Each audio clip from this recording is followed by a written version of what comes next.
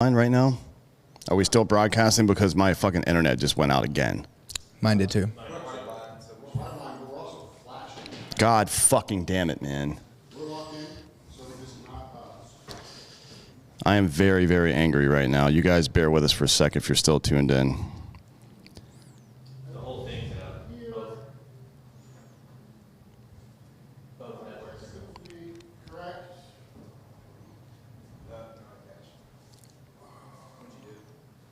Nothing. So this is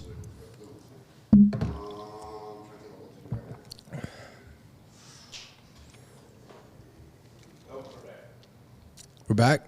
You're going to have to restart this stream probably, right? No. Shouldn't. I am sick and fucking tired of Google fucking with my goddamn shit.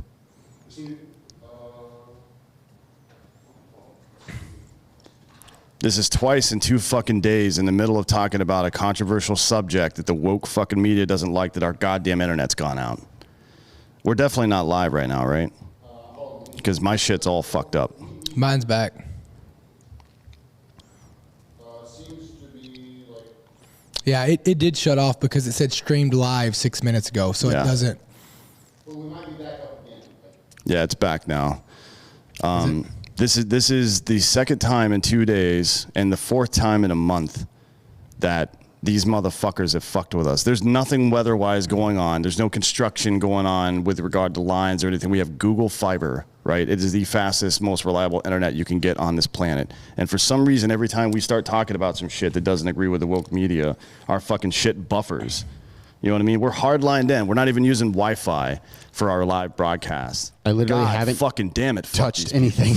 And that's the funny part. I didn't do anything. Anyways, Dakota, you were about to talk about some things. So yeah, I mean, look, I could literally, anybody could literally walk in right now, go to any police station and say that you had sex with them, raped them, or whatever, right? Yeah. Could make anything up. You punched, I could say you assaulted me or whatever, and you go to jail. They'll come arrest you, get a warrant out on you. You go to jail, and then the media covers it. And if it's something terrible, like your career is ruined anyways, right? Like you're completely ruined. Yes.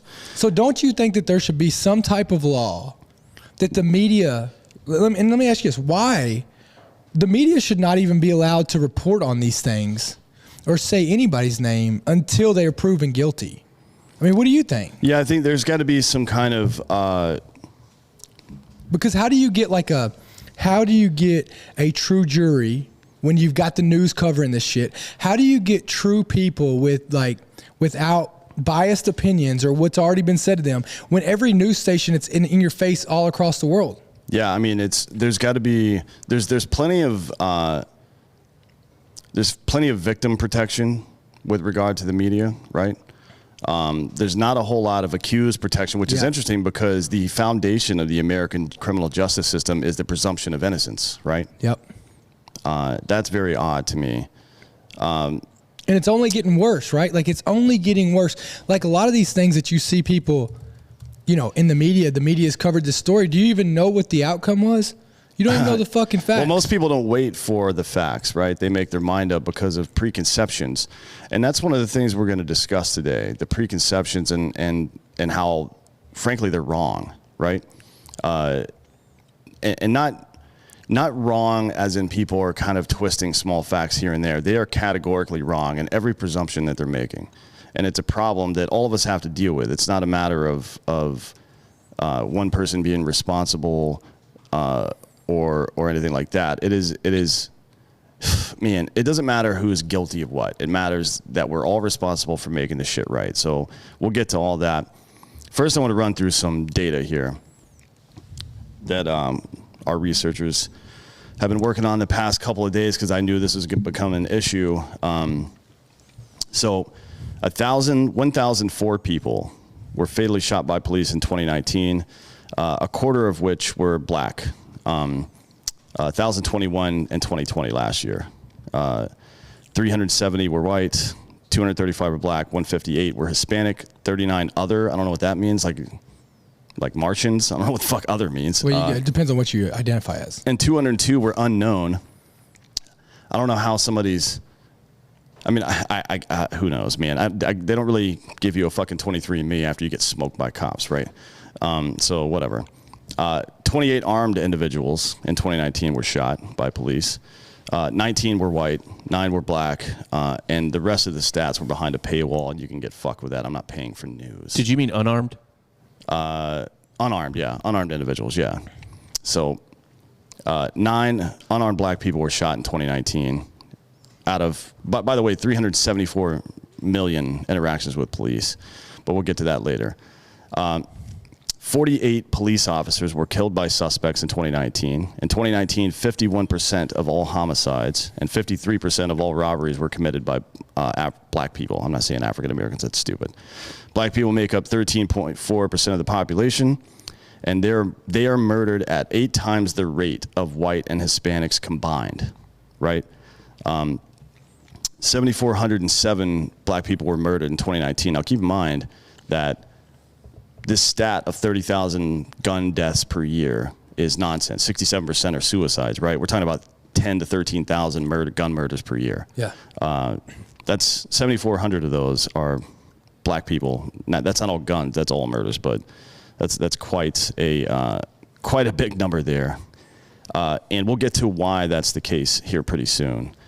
Fatal police shootings of unarmed black people account for 0.12%. So less than 1%, about 0.1% of all black homicides in 2019. And a police officer in the United States is 18.5 times more likely to be killed by a black male than an unarmed black male is to be killed by police. That's right? crazy. That is not crazy. That's called data. That's evidence. That all this narrative about black people being intrinsically in danger from police is just not true. They are 19 times more likely to kill a police officer than a police officer is to kill them. 2015 analysis of Philadelphia police performed by the Justice Department found that white police officers were actually less likely to shoot unarmed black suspects than black or Hispanic officers were. So 16.7% of the unarmed black people shot by Philadelphia police were shot by Hispanics, 11.4 shot by black officers, and only 6.8% shot by white officers. Got it? We all following this stuff? There's 375 million police interactions with civilians annually. And a study in 2019 found that the more frequently officers encounter violent suspects from any given racial group, the higher the likelihood a member of that racial group will be shot. Now, this is common sense, right? The more often that you have to deal with a certain type of suspect, obviously the more often there's going to be some kind of result there. Yep. Cool. What are your thoughts on all that stuff? I mean, that absolutely none of that data suggests in any way that particularly white police are targeting black people in America. That's just, it's simply not true. I mean, I think that the media and these movements that are going on are at some point going to have some responsibility for, when you start getting this false narrative out there and people are like, oh, I'm going to take a stance. I'm not going to do what cops tell me to. And the more people get hurt, the more cops get hurt. The more cops are getting shot in their cars, right? I mean, and then you take the stance of where you're making cops worry about pulling their guns and being able to protect themselves because they're afraid they're going to, Right. when a cop gets out and has to worry about pulling their weapon or losing their job. Right. Right. I mean, you look at all these things. To some degree, they should be concerned about that because that is an important, that's being thoughtful, right? Well, I mean, but hesitating in a potentially life-threatening situation is going to increase the chances of death. Well, I don't know. I mean, I don't know. I don't think that Well, you do know because you've carried a gun in combat. But I don't, exactly. But there was never a time that I raised my weapon at somebody for that I questioned whether I should or not, right? Like I knew I should. Like it was a situation that was that bad. Right. I don't think that I don't think a cop should sit here and have to hesitate to grab his gun because somebody's chasing him with a knife or something, right? Like it shouldn't be like if a cop needs to grab their gun, they should be trained. And let's talk about that. Let's talk about. Well, we can circle back, as Jen Psaki would say, to the woman in question who pulled her taser. Now, this is 26 years on the force, I believe, is what she had served. Man, I've been in a lot more shoot, no shoot scenarios than that woman has, I promise you, in a much shorter, truncated period of time. And I've not made any mistakes. And to be honest, if you talk about tier 1 operators, right? You go through a shoot house and you make a mistake, you lose your cool guy pay for like a month or 3 months. It depends on the unit. If you make 2 mistakes in the shoot house and put somebody in danger, you're out.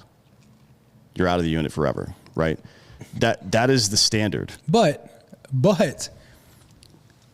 they are trained like that. Like how many times you think, let's say if that woman went to the range, which in most departments are a lot, I'll say, I'm not gonna say most, a lot of departments are required to qualify twice a year. Yeah. 50 rounds twice a year. Mm-hmm. Yeah, that's ridiculous, right? Like if you're expecting people to maintain a level of professionalism in their duties with that limited amount of training, then you're out of your fucking mind, right? I mean, putting somebody out on the street with a gun and arrest powers without maintaining a high level of training is a mistake. Well, so I mean, and defunding them is an even bigger mistake. Well, but that's what I'm talking about is and what do these cops get paid?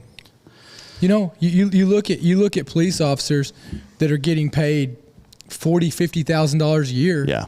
To go out, risk their lives, to go out and handle the problems you don't want to deal with, and then you're requiring them. You don't want to give them training. You don't want to give them time to go train. You know, they got to do it on their own if they want to. Now, look, I do think that there's 2 different levels of responsibility here, right? Right. There is the organization responsibility, which is the department. Sure. And then there's absolutely an individual responsibility, right? So like, yeah, I mean, like Mike the cop is a big proponent of that. He quit being a cop because I don't fucking blame him, by the way. I mean, who would? But he can do. Right I mean, to be honest, there's plenty of dudes out on patrol. His organization, Humanizing the Badge, with Dan and all those guys, are Justin Daniels and all those guys, is a good organization. He can do more like that than he can out on the street, frankly. And that's why he did it, for anybody that's wondering. But he is a huge proponent of taking your training into your own hands. So is Tim Kennedy, by the way. Tim gives training to quite a few police officers through Sheepdog, and you know, the people who come down and take those training courses, that's the kind of cop that we need, man. We need somebody that's taking personal responsibility for making sure they're ready to serve and protect. Yeah, but you know what? Even they know though. Even they know though in this world. Like I mean, I've got a buddy who's with APD. The guy trains all the time. He's a total machine. You know, he is. But on the backside of it, you know damn well that can be used against them in the police force as well, right? When they are able to do it, right? It's just like we don't hold our officers to a standard. Like, well, I'm not saying we, but the departments have all their chiefs are elected officials. Yeah. All the chiefs are elected officials. The police chief is appointed by the mayor and city council. So political. Right? I mean, it's political. Yeah, it's a political thing, and what they want to be able to do is present numbers during their political campaigns. Right? They don't give a fuck about human life or any of that stuff. All they care about is getting reelected. Let's be fucking frank about that shit. You know what I mean? Yeah. And anytime you introduce any kind of profit motive, whatever it is, you see it in education, right? Profit motive in education, profit motive in the pharmaceutical industry. And if you don't consider the desire for power-hungry people to get reelected as a profit motive, then you're missing the fucking point here, right? That is exactly what it's all about. And they have a limited budget, or at least in their mind, because they have to give handouts to everybody else. First and foremost should be safety. Public safety's got to be first and foremost, right? It has to be. So if there is a need in policing, and additional training clearly is a need in policing, then what the fuck are we doing here? Well, so these politicians think that the more training you give them, the more violent they'll be. Right? Yeah. Like that is the dumbest it's shit. Exact opposite, right? Like if you teach these people to go fight and you teach them to use a weapon all the time and you empower them, it'll be less used, right? And that's the part that they don't get, right? I mean, most police departments don't even have a standard for physical fitness. No, of course not. And think about it from this perspective. Think about the difference between somebody like Chuck Liddell, who's on our network now, has got a great show. They just interviewed Dana White this week. If you haven't listened to it yet, it's a great interview. Think about somebody like Chuck Liddell and or Tim Kennedy told a great story when we were out at Reveille a couple months ago about how some dude came up to him in a bar and just dumped a beer on his head, trying to start some shit with him. And Tim, being the guy he is, he's like, you know what, I could take this guy apart, no problem. That level of training and confidence told him, you know what, fuck this. It ain't worth it. And he bought the guy another beer. He goes, here, maybe you won't spill this one, right? That's what training and confidence does for somebody. It removes that fucking fear. It removes that feeling like you're a dog backed into a corner and you have to start snapping at people. And you've had your ass beat. So you're not afraid of it, yeah. You know that even if you whoop somebody's ass, like you still feel it later. You know what I mean? Like there's a cost no matter what, whether you're on the winning or losing side of a fight. Yeah. There's a cost either way. And yeah, I mean, I just think that, look, if we want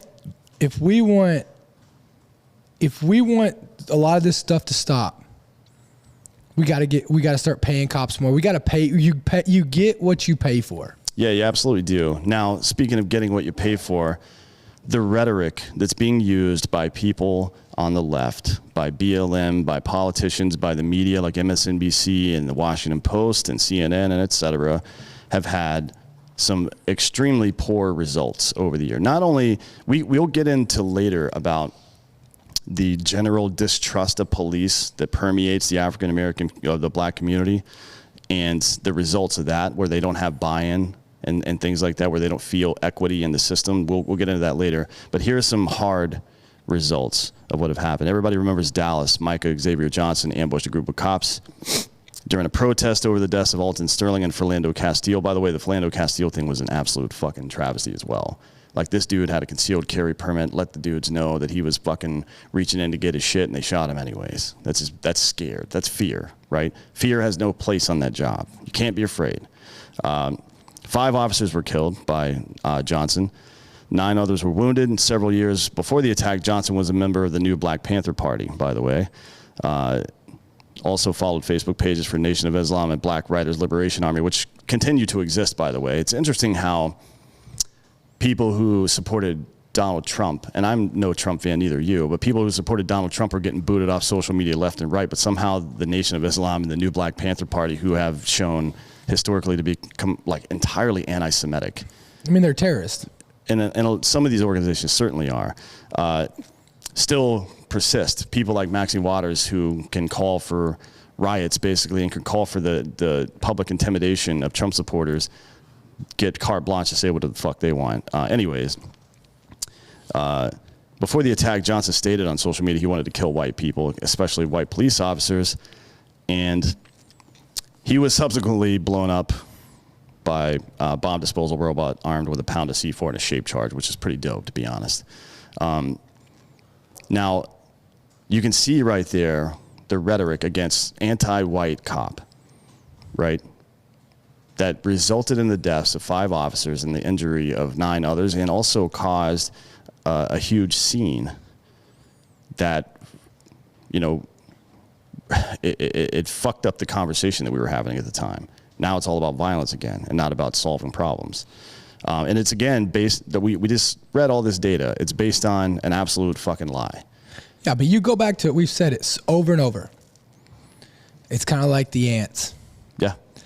The media is the arm of whoever's up there running it, politics, whoever's got the money, that's shaking the jar. Yeah. That's exactly what it is. The media has killed more people and caused more problems and caused more pain than anything else. Yeah, for sure. I talked about this a couple of weeks ago, but the Associated Press is responsible for getting Rutherford B. Hayes reelected and shutting down Reconstruction in the South, removing federal troops from the South that were enforcing Reconstruction. And he ushered the Associated Press and Western Union and Rutherford B. Hayes ushered in the Jim Crow era. It was them, those 3 organizations. So that person in those 2 organizations. Let's be real about that. Until the media is held accountable, you can't fix anything. Right.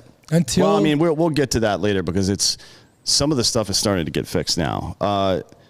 Jersey City, New Jersey, 2019, David Anderson and Francine Graham killed 5 people, including one police detective, and wounded 2 police officers in a targeted attack at a grocery store. Shooters left behind a manifesto describing anti-police and anti-Semitic beliefs, as well as a functioning pipe bomb. Both shooters were followers of the Black Hebrew Israelite movement, which is another one of those weird offshoot terrorist organizations. Los Angeles in 2020, remember those 2 LA County deputies that were ambushed by BLM activist named Deontay Murray? They sat in their patrol car. Murray approached passenger side window and fired multiple shots into the vehicle. Immediately after the attack, bystanders were caught on video taking pictures of the wounded police officers and laughing. None of them attempted to offer any assistance or aid to the police officers. Both deputies were shot in the head. Both survived and were later taken to St. Francis Medical Center. BLM activists later surrounded the hospital and shouted anti-police chants. Yeah, I mean, I could. And then some activists actually attempted to force their way into the emergency room while officers were being treated inside. I'm not sure what their intent was. Yeah, I mean, but I just find it super interesting how the entire summer of 2020, police and federal buildings and police stations and other places were being targeted by BLM, burned to the ground, people were getting shot, and then somehow 300 rednecks breaking into the Capitol building is all of a sudden the fucking world-ending insurrection. I mean, look, both of those things are fucking terrible. 100%. Imagine this, though. Imagine this. Imagine if these BLM protesters, imagine if they, peacefully protested this, this all this stuff that's happened up in Minneapolis. But then imagine that whenever a cop was killed by someone, they protested on behalf of the cop. Yeah. Imagine, now that's fair, right? Seems like it, yeah. I mean, imagine if that was the case, but it's not. And it is so messed up, and it has no agenda to it. It's not even, there's no end goal to this. It's just a reason. Well, there is a goal for them, and we'll get to what it is later. I don't think the average individual that's out on the street protesting necessarily. I bet you, yes. I bet you the average individual out there couldn't. You walk up to any of these protests and ask them what their end goal is. Well, they're just going to give you some, garrulous, vague statement about systemic racism, right? Without any evidence to support that. At any rate, Tacoma in 2021 this year, a police officer responded to reports of illegal street race. Upon arrival, he was ambushed, basically. Upon arrival, the vehicle was surrounded by a mob of people who attempted to break the windows. When members of the mob began shouting for help, pulling the officer out of the patrol car, the officer responded by driving through the crowd. 2 people were struck. 1 was seriously injured. Fatal attacks on police officers have increased by 28% since 2019. And if you don't think that the rhetoric used by the media and by BLM activists and others contributes directly to that, you're fucking crazy, man. Obviously it does, right? I mean, obviously it stems everything. It's the fuel. It's the fuel to all the fires. And it's somebody in the chat here said when patriots protest, we wind up in jail. I mean, look, a lot of people wind up in jail when they're protesting, but I will say this. Whenever the Tea Party started showing up in protest back in, 2010, something like that, 2009, 2010, they were considered armed potential fucking terrorists and blah, blah, blah. When people literally burn down buildings and attack people, then it's freedom of expression, I guess. Crazy. I mean, the standard is a standard. And if you're not applying it across the board, then it's not the standard. That's literally what standard means. Yeah. Now we get into all of these. These are good. This is good data too. So these are cities that had some kind of defunding of their police departments, and then some of the results from those defundings. Minneapolis defunded their police, 60% increase in homicides, 22% increase in violent crime. Portland defunded their police, 270% increase in homicides, 240% increase in shootings. New York, 130% increase in shootings. Los Angeles, 28% increase in homicides, 1.4% decrease in total violent crimes. Rapes and robberies were down, and that's because California was locked down the whole year. Yeah. They actually had a lot more suicides, though. Austin, 26% increase in aggravated assaults. And a lot of that has to do with this homeless camping outdoor kind of situation as well. Not that homeless people are intrinsically dangerous, but because that scenario invites a lot of people that have mental health problems, frankly. 4% decrease in total crimes reported as well there. Seattle, 525% increase in total crime. Chicago, there's no stats available. Atlanta, where they also defunded police, 86% increase in total homicides, 165% increase in shootings. Baltimore, surprisingly, no drastic changes, although they were pretty locked down as well. Maryland, Philadelphia, 28% increase in homicides, and then Washington, D.C., 23% increase in homicides. These numbers are a comparison between 2019 and 2020, by the way. And the source for that is Secure America. We'll post all these links in the description later. Now, we see two results of this anti-police sentiment, which, again, is not based in any kind of reality or fact. The one result we see is direct attacks by disenfranchised people on police officers. And then the second we see is just more general crime, which you should expect both of those things, right? Yeah. I mean, why would you not see both of those things? If you start tearing down the foundation of safety and security, then safety and security itself will erode. That is exactly how that works. And it's all based on nonsense. It would be one thing if it was based on reality and we tried to fix it and the solution was worse than the problem. Sometimes that happens, right? And then you have to readjust and start over again. But we don't even have a baseline of how we need to adjust right now. I think we all agree that something needs to be adjusted, but we don't even have a baseline of what the reality is of what's got to be adjusted to start even, where do we go start adjusting? You know what I mean? Because it's been so skewed as to what the truth is in all these shootings, and not both sides aren't being told. You know what I mean? There's cops out there every day who are doing great things. There are cops out there every day who are protecting and providing and doing what they do. It's just insane that we have gotten to the point, and again, it's the media. It's the media. The media has gotten to this point to where they're allowed to lie, deliberately lie. Yeah. We saw it with the CNN interview, right? From the guy who got caught by Veritas, just said some really horrible things, but it wasn't a surprise to anybody. But I guess it was. It did elucidate that all of our fears and suspicions were true. That CNN specifically has been warping the narrative on purpose, shielding some things. Yeah, if it bleeds, it leads, Derek Bell just said. Shielding the narrative in some ways if it doesn't support their goals, which is what the Nashville mayor did when he blocked the fact that only 1.3% of COVID cases were coming out of bars and restaurants, and going with things that are if it bleeds, it leads, right? So the first articles you saw come out yesterday about this 13-year-old weren't something happened, we're going to investigate. 13-year-old black teenager shot by police. That's what it said, right? Yeah. Now, technically, that is true. Probably would have been useful for them to say, we don't know what happened yet, so we'll see. But it was posted in the vein of trying to associate another shooting of a black person with anti-black behavior by police officers. And in reality, this 13-year-old teenager was a lunatic and was running around trying to fucking stab people, right?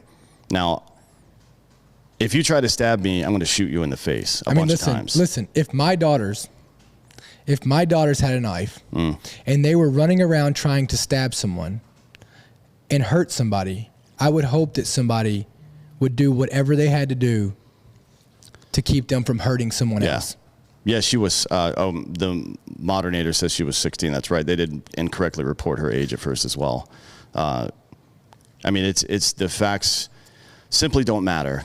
The facts simply don't matter to these folks. And I'm going to talk a little bit about why after we have to do our sponsors, because they pay for all this stupid shit to happen, because we're wild people, man. We're crazy and people pay us to be crazy, which is pretty interesting. So today we got Ghostbed is up first. Love Ghostbed. Actually, I'm moving. My movers are coming tomorrow to move all of my shit. And if they damage one of my ghost beds, I'm gonna lose it. Moving it. Make me work out and shit. I'm not doing it. It's just not ever gonna happen, dude. So stop talking about it. You don't even let me stay overnight. No, not anymore. Not after that incident. So ghostbed.com/drinking bros. Get the best deals, 30% off pretty much everything on the store forever for Drinking Bros. They got the adjustable base, which I believe is on sale for 40% off itself right now. They got the pillows, they got the sheets.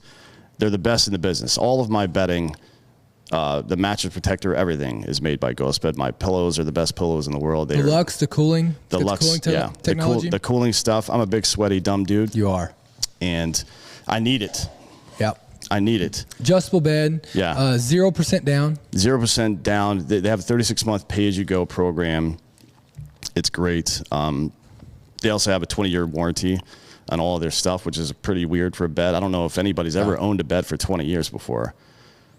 I mean, right? I mean, that seems insane that anybody would own one bed for 20 years. Best company in the world. They take care of first responders and veterans. You get 30% off forever on anything on the site. And they're really good at like doing puzzles on. God damn it. I do my puzzles on them. No one cares about puzzles. Although we do have a puzzle back there. Yeah. So somebody sent it to us. I don't know where the hell it got made. But thank you all for sending it. Yeah, it was great. Yeah. Now, another one that we've had on for a while now is Babbel. Dakota and I have been learning Spanish. Yeah, como estás? Because we live in Austin, which is South Texas, and it's good to learn something, right? Yeah. And I just kind of wanted to see how well it would work, and it's one of the best programs I've ever used. It's badass, man. Yeah, it really is. It's the #1 selling language learning app on the market. One of our goals for the show was to learn Spanish and then do a whole show in Spanish, just for fun or whatever. They have 15-minute lessons that make it the perfect way to learn language on the go. So you can kind of tell it you can tell the app how much time a day you want to spend on it, whether it's 50 minutes, half an hour, whatever it is. And it'll send you reminders and all that stuff. Their courses are designed with practical real-world conversations in mind. And they have AI that learns how it picks up how well you're learning and either gives you reminders about stuff that it doesn't feel like you know well, or moves you past stuff that it feels like you already have. Developed by 100 language experts. It's the best. Plus they get the speech. I wish I had it before I'd gone overseas. I know. This would have been great, dude. This would have been great. They tried to give us some of those other ones before we went overseas, and they were total terrible, garbage. right? They were absolute And then garbage. you got over there, and like they didn't even speak that. No, it was like they gave you like Egyptian Arabic courses, and like Iraqis do not speak that. Ismaki turned into Shizmek for what's your name. Like, what the fuck? Yeah. It's like, I mean, Iraq is the Alabama of the Middle East, let's be real. But anyways, Babbel's got the speech recognition tech, and it actually, one of the problems with learning a new language is saying it out loud. So you have to find somebody else that already is fluent in it, or you can use this and it'll listen to what you're saying and improve your pronunciation and accent and all that stuff. So start your language learning journey today with Babbel. Right now, when you purchase a 3-month Babbel subscription, you'll get an additional 3 months free. So that's 6 months for the price of 3. Go to Babbel.com, use the promo code American. That's BABBEL.com, code American for an extra 3 months free. Babbel, language for life. Hey, we found out who sent us the puzzle. Oh, who was it? Jacob. Oh, Jacob Nickel? Yep. He's an OG. He was on the cruise. Thanks, Jacob. Eric, it's Rojo. What, red? Oh, your favorite crayon color? Is that what he asked? Yeah. Idiots. Yeah, it's cherry. It's actually cherry, right? Whatever. So here's what we've discussed so far. So far we've discussed that all of this narrative that police, and especially white police, are somehow targeting black people en masse is simply not true. It's simply not true. The data does not support that narrative in any way. No. Out of the nearly 400 million interactions with police officers a year, we're talking about 9 people that get shot unarmed, and typically, like one of those is going to be that kid the other day that got shot, who was holding a handgun and pointing it at people just prior to that. In Chicago. And he threw it behind a fucking fence, and the guy couldn't see his hands, and then he whipped around and he got shot, right? But let's talk about that, right? Let's talk about the facts of that story. Mm-hmm. So that kid up there, was out in an alleyway at what, 2, 3 a.m. in the morning. Okay. The kid hadn't been in school. What was that kid, 13, 14? I think it was 13, yeah. 13 years old, out in an alleyway at 2, 3 a.m. in the morning. You got to wonder where the had parents a gun. are. Where the fuck are the parents, right? And then there's a lot of single parents out there. There's a lot of shitty parents out there. So with anything, we like to start at the lowest possible level. So are you taking care of your family? Yes. Now, are you taking care of your community? Yes. Are you taking care of your city? Are you taking care of your county, your state, your country, right? But you start at the lowest possible level. So it doesn't end with where was the parents, right? Or where were the parents? It doesn't end there. It starts with where were the parents? Well, they fucking suck. Okay. Where was the community? Where were the fucking churches or whomever it is? I'm not religious, but where were the churches? Where were the social programs that were supposed to take care of these fucking children? But let's go back to this. You've got, again, just like I said with about the organizational and individual, there is societal or community or whatever you want to call it, social responsibilities versus individual responsibilities. Mm-hmm. That woman, the parent, mother, father, both chose to have this child. Right.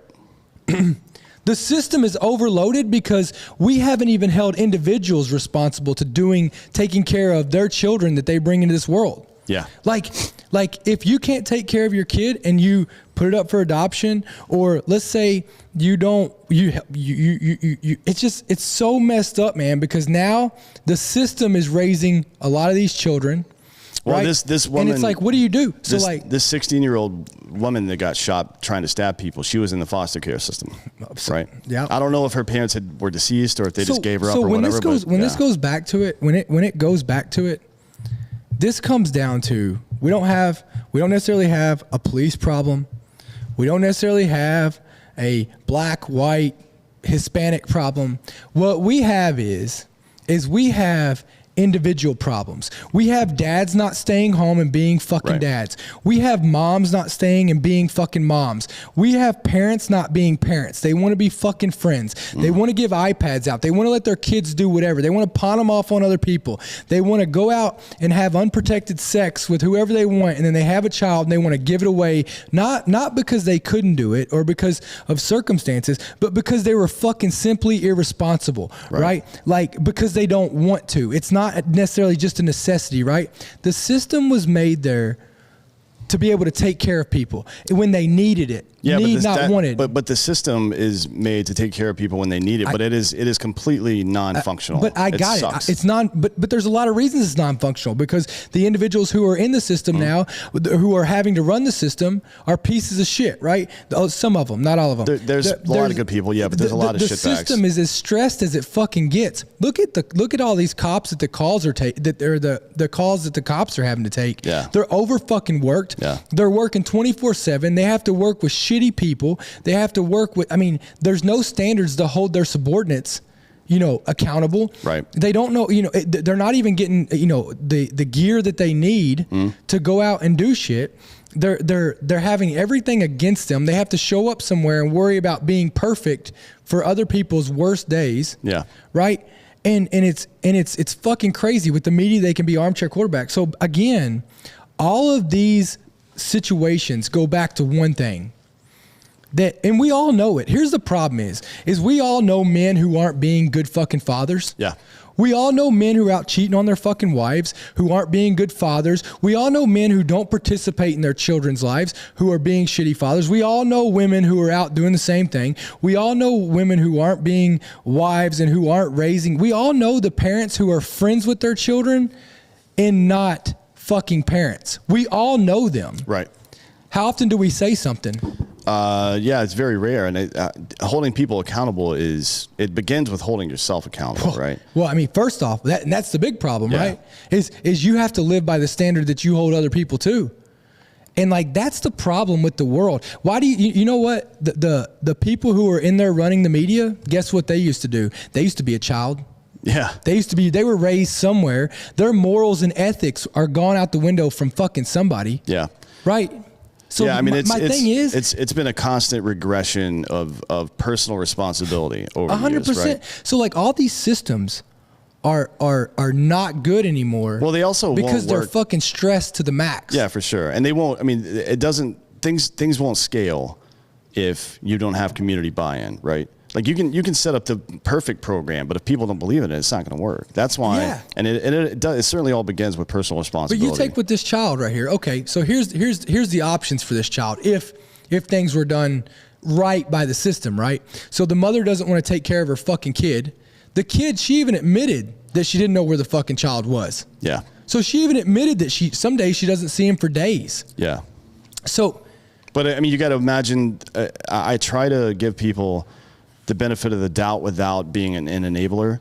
I'm thinking about a single woman whose baby daddy, for lack of a better phrase, is a total piece of shit, and what about a single? She's trying to work fucking 12 hours a day. What about a single dad? No, for sure. It goes both ways, for sure. But I'm just talking about this specific situation. This woman's trying to make her way in an expensive city where low-wage workers in general across the country have been fucking shit on for years. I mean, people get used up in this economy pretty regularly. And when people feel like there are no options, they're going to take whatever options are presented to them, right? One of them is indifference, complacency, whatever it is, right? Sometimes it's crime. It just depends. That's why poverty is the #1 predictor of crime. But I agree with you that the personal responsibility part is the most important part. Dude, I'll tell you right now. My dad, single dad. My mom, single mom. Right? Both of them middle class. My dad worked 90 fucking hours a week. Let me tell you something. There was never a time before that was the age of 18 that he didn't know where the fuck I was at. That I ever went a night. Now I might have lied to him. Yeah. Right? But I can tell you right now, like I didn't go. Like if I didn't answer my dad's call, I knew there were going to be consequences. Yep. And it's not about like, look. Whether I was 13 or whether I was 17, 18, my dad still knew a way to hold me accountable to where I would do the right thing. You know what I mean? I wasn't out carrying a fucking gun around, pointing a gun at somebody. It starts at home. It starts at home. And that's why one of my mottos in life, I actually have a painting being made of just these words that I'm going to put right in front of my fucking bed. So it's the first thing I see when I wake up in the morning. And it says, say out loud in public the kind of person you want to be and hold yourself accountable to that standard. Yeah. Challenge yourself to be the kind of person you want to be. Look, none of us are where we want to be.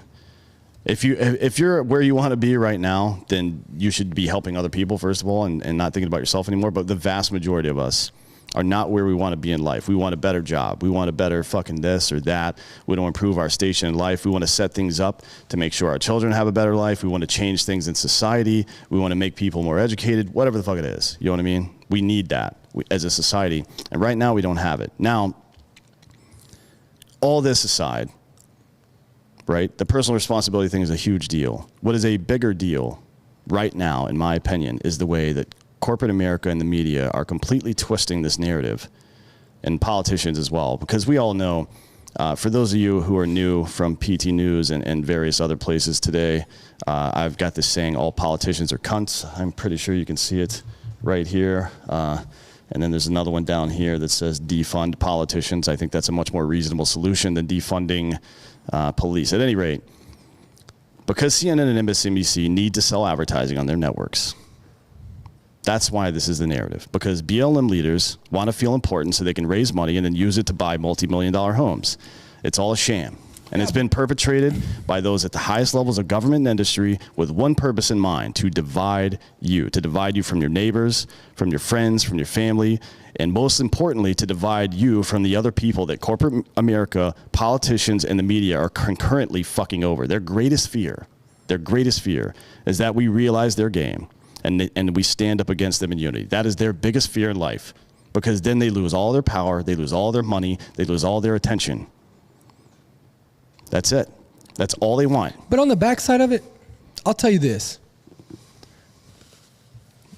Even the problem there are individuals. If people stopped watching this shit, if people stopped putting eyes on this stuff. Well, luckily they are. Well, CNN's ratings are down massively. I got you.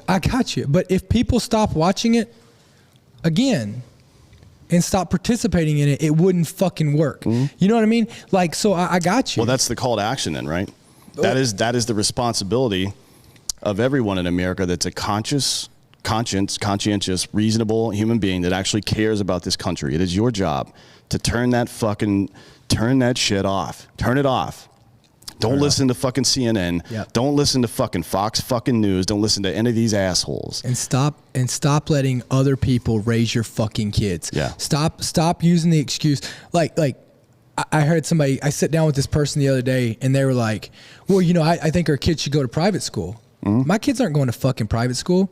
They got to be in the public the rest of their life. So they're going to go to public school. And guess what? I'm going to be there to make sure in all the situations they hit. Teachers aren't fucking teaching my kids. No. I'm teaching them. They teach them math and science, but you teach them how to be a good person. And to be honest, parents teach their children how to be a good person. The first thing that a young boy learns about how to treat women is about how his dad treats his mom. Exactly. The first thing that a young girl learns about how she's meant to be treated by a man is how her dad treats her mom. Absolutely. That's it, right? And we have that responsibility. Now, let's talk about a little bit about responsibility. If all these narratives are false, and we know that media, corporate American politicians are actively working against us to do this, what is the responsibility then? If all this is untrue, what is the responsibility of conservatives, pro-police, and police to educate the public? Just like any other insurgency, and that's what this is a cultural insurgency, make no mistake. This isn't all about making points or using force to convince people to do shit. This is about earning the trust of the people you're trying to help. We've gone through this in Iraq and Afghanistan before. Now, it didn't work well because we weren't actually committed to that. But you have to earn. But the thing is you don't just earn it once. You don't just earn it after you get the badge. Every fucking you day. earn it every fucking time day. you come in interaction with somebody. Yeah, go watch. Every time you walk up, you know what? They're going to be. It's kind of like veterans. Yeah. Like when a veteran comes in, you represent every fucking veteran. You represent every one of us, right? Yep. And they are going to think of that demographic of people only by the last interaction they had with somebody. Yeah. So every time, if people would just treat each other right, and every time, whether look, we all have to earn each other's trust every time we come in contact with each other, don't we? Yep. Isn't that the responsibility of us? And it's the responsibility of being a good person. Like it's the big gripe I had about Trump, his policies with regard to the border and with regard to the trade war with China and with regard to the empowerment of black people in this country and the Middle East peace deals were all correct. And the results were obvious. The lowest black unemployment rate ever. Fucking 5 Middle East peace deals with Israel. A trade deficit with China for the first time in a long time. And we secured the border in ways that we haven't been able to do before, right? All those things worked, but because he wouldn't fucking be a decent human being in public, he lost his position, and now we're dealing with this bullshit. Yep. So he's at greater fault than somebody that was actually doing the wrong thing, in my opinion. Yeah, I mean, look, if you wake up every day and you live by the standards that you want others to live by, you're never gonna have to worry about keeping somebody's trust.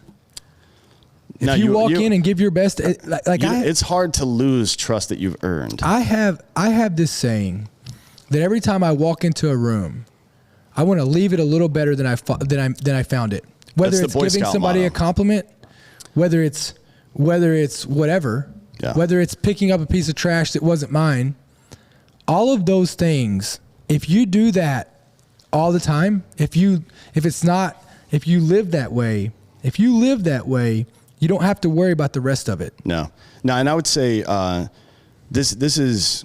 I've been saying this for the last 2 years on our various shows, but this is a cultural insurgency. Go watch the Dodo on Facebook sometime and watch how one of these veterinarians acts towards like a scared pit bull. They don't lecture it on pulling up its bootstraps and all that bullshit. They show it unmitigated kindness. Now, I'm not going to ask a police officer to go put themselves at undue risk or anything like that. That's not what I'm talking about. What I'm talking about is organizations like Humanize the Badge, which we discussed earlier, and others who are currently going to great lengths to restore the trust between police and the communities they serve. Now, it doesn't matter how that trust eroded at this point. What matters is the responsibility of conscientious human beings to make sure that trust gets restored. And I'll tell you this.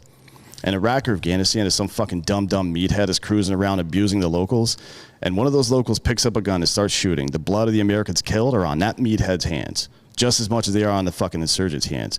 If you're out there making life dangerous, more dangerous for your brothers and sisters, your colleagues that are trying to keep the peace, then you are a fucking piece of shit. So all these people bitching about the Chauvin thing, I understand that some people aren't happy about the specific charges that got dropped or that got convicted. And I'm certainly personally, I'm not happy about the president interjecting I think and it's Maxine terrible. Waters calling for fucking violence in the streets. Fuck that shit. Yeah, I mean, I think, look, I think those are two separate issues, and I think Certainly, I'll tell you right now that look at this right here. So look at this right here. So last night, and this is the problem with BLM. Mm-hmm. So Chauvin gets he gets convicted, so they got what they wanted, right? Right. Obviously, what he deserved. But now they're up there still. They got a guilty verdict. They're up there targeting white people in New York. Yeah. You know what I mean? Yeah. Like what? So what do they want? It's never enough, right? It's never enough. And my thing is look, at what point, if Donald Trump was going to be impeached over the Capitol riots, Yeah. For telling people to go home, by the way. at what point is Maxine Waters? Yeah. So the Democrats actually blocked a measure to censure her yesterday. Good. That's So crazy. that's where they are right now. Maxine Waters is a piece of shit, and I hope that she retires soon, both from her position and from life, frankly. But how does she Fuck not? her. How does she not get? I have no idea. brought up on charges? Because it's not about correct. It's not about doing the right thing. It's about right versus left for these people. That is the great fundamental flaw in American politics. We've decided for some reason that it is about right v left. Again, I when in think- reality it's not. It's about doing the right thing versus doing the wrong thing. Again, That's it. I think that the media should not be allowed to cover stories and give any details while there's an open investigation on anything that has to do with the judicial system. Like, I don't think that they should be able to cover stories. They might be able to cover, like, hey, there was a shooting here in Dallas. Outside that, fucking nothing else. Well, until the what you're investigation's seeing, done. you're seeing traditional media and its death throes right now. They know that they're losing everything, Yeah. and they're just clawing and doing whatever they can. They're a desperate animal right now, trying to hang on to any attention they can get because that's where their ad revenue comes from. Now, as far as what we can do as human beings, right? Fuck the media and fuck these cunt politicians. Stop looking for people to blame, no matter what side you're on. If you're a white person and you want to blame somebody, if you're a black person, you want to blame somebody, stop trying to figure out whose fault it is. It's all our faults for letting this shit happen in the first place, right?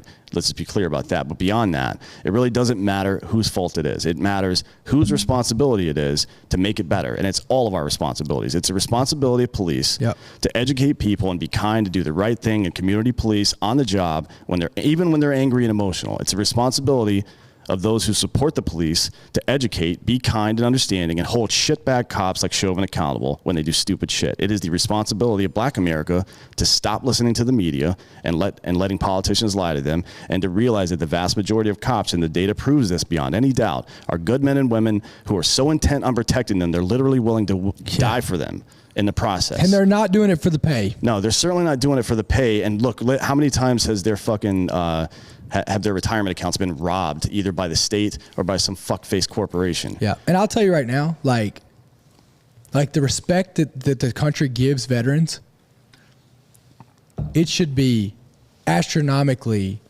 by far further than equal to the people that serve this country here. Yeah. You know, cops are literally America's home team. Yeah, they are. They have They're to be. literally America's home team. And the shit that they see day in and day out is just, it's astronomical. Yeah, and it is easy to blame everybody else. It is. But don't fall into that trap. We sit here talking for 20 goddamn minutes about personal responsibility, and everybody nods their head in agreement. But when it's time for you to take some personal responsibility and realize that it's your job, whether you fucking did anything wrong or not, to educate people and hold the higher standard. Or just say something. Accept that shit. Just see something, say something, right? Like if somebody's fucking doing something wrong, say something. Yeah, for sure. It's called accountability. And think about this. This is something I was thinking about this morning. We've all been to like parties or get-togethers or whatever in high school, and then as an adult, college, the military, professional life, or whatever. Everybody in America is sitting at a party right now. White people are looking over at the black people saying, hey, why won't you guys come join the party?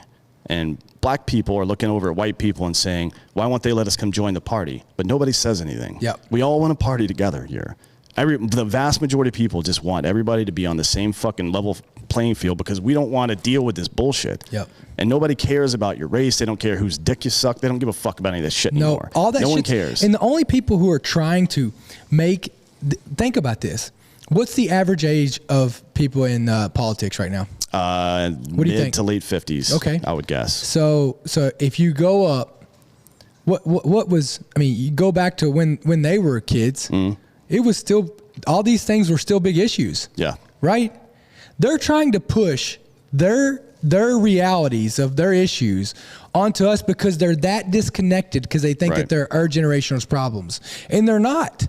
It's that generation that's still trying to keep these ideas and these issues alive because they're that fucking disconnected. Yeah. You know what I mean? For sure, yeah. And at some point, somebody's have to stand up and say, we're not listening to you anymore. We're not going to listen to the lies from the media. We're not going to listen to BLM try to convince us that cops are intrinsically anti-black and that they're targeting black people because the data simply doesn't bear that out. We're not going to listen when politicians tell us that we're fucking different and that it's us versus them. No, it's actually all of us versus politicians, right? It's all of us versus corporate greed. It's all of us versus poverty and sickness and disease and all this shit. It's all of us. All of us, out of many one, e pluribus unum. It's the fucking foundation of this goddamn country. And we have completely lost sight of that because it's a lot easier for us to blame everybody else and point fingers than it is to take personal responsibility and fucking do something. Be that guy at the party. Be that guy that sees the little weird kid off in the corner and says, you know what, I'm not going to let that kid sit over there in the corner by himself. I'm going to go grab him and make him part of my fucking team, right? Make people part of your team. Get them emotionally invested and socially invested and economically invested in what you're doing in life. Here you go. You ready? Ready? I'm going to end it with this. Segregation ended around 1964, between 1964 and 1968, right? How many Yep. years ago is that? A lot. 55, 60 years ago. The average member of the House at the beginning of the 116th Congress was 57.6 years old and senators 62.9 years old. They're still trying to take these fucking issues they grew up in and make them a reality now. Yeah. It's fucking nuts. It's not real. It is, you know, I think if there can be an age requirement to run for office, you have to be 25 years old to run for Congress, I believe, and you have to be 32 for 30 or 32 I think it's 30 for for Senate or something like that. I don't remember. There should be an age limit as well. Yep. If you're over 60 years old, you should not be able to hold office in this country because you have nothing to contribute. Yep. You have. I want people running this country. I want We're people going to have to live with the results. who are going to have to live in the world that they've created. Mm-hmm. That's it, man. That is absolutely the fucking standard here, and we're failing miserably. Again, We're I don't failing. want to. Reed, it was 65. I don't want to. Huh? Reed White saying 62 it ended, but it was 65. I don't want to say. I don't want to say that there's not racist people because there are. Of course, there's fucking racist people. But there's not. But everyone's not racist. No. It's the minority. No, and it's just crazy that again, like you said, like we have to all start looking in the mirror, start living life by the way that we want others to live by. Like we are where we deserve to be, and if we want to be somewhere better, we've got to fucking be better. Yeah, and stop when you get into these conversations with people, stop using language to describe your beliefs other than the fucking facts. Don't say, well, as a conservative or as a fucking police supporter or as a liberal or as a veteran or as a cop. Fuck all that shit. You don't have to qualify data. Data exists. Why don't you say as an American? Yeah. I mean, well, you don't even have to say that. The data is the data, man. The information is the information. The information does not suggest there's any kind of link between racist bullshit and the way police treat black people anymore. That's just not true. It's not fucking true. Stop using those words to describe what you're talking about, because ultimately, if you think politicians that are Republicans or politicians that are liberals or people in BLM or people from whatever group give a fuck about you, you are out of your goddamn mind. And we're never going to solve this by leaning on other people. And I'll say this, ideas, principles, not people. Principles, comma, not people, period. Hard stop right there. Fuck people. You can't, look, we're all deeply flawed. I've done the math on this. I said this yesterday, but I've done the math. If 1% of the shit I say is stupid, there's 7 minutes per week of me saying stupid shit that's just out there in the ether. Yep. Right? Why would you put your fucking faith in something like that? You know what I mean? Like, you can't. But the idea itself, the idea of America, the idea that we are all equal and that we all deserve the same shot at prosperity as everybody else, and that individual liberty and the ability to protect oneself and one's family from government tyranny is the most important thing in the world, is the most, it's the best concept for a government that's ever been created, right? And we have fucking failed miserably.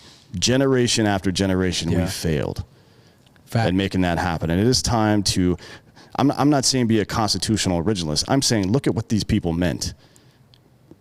Look at what they meant and execute. But I'll tell you, now that you brought the Constitution up, I thought about this the other day.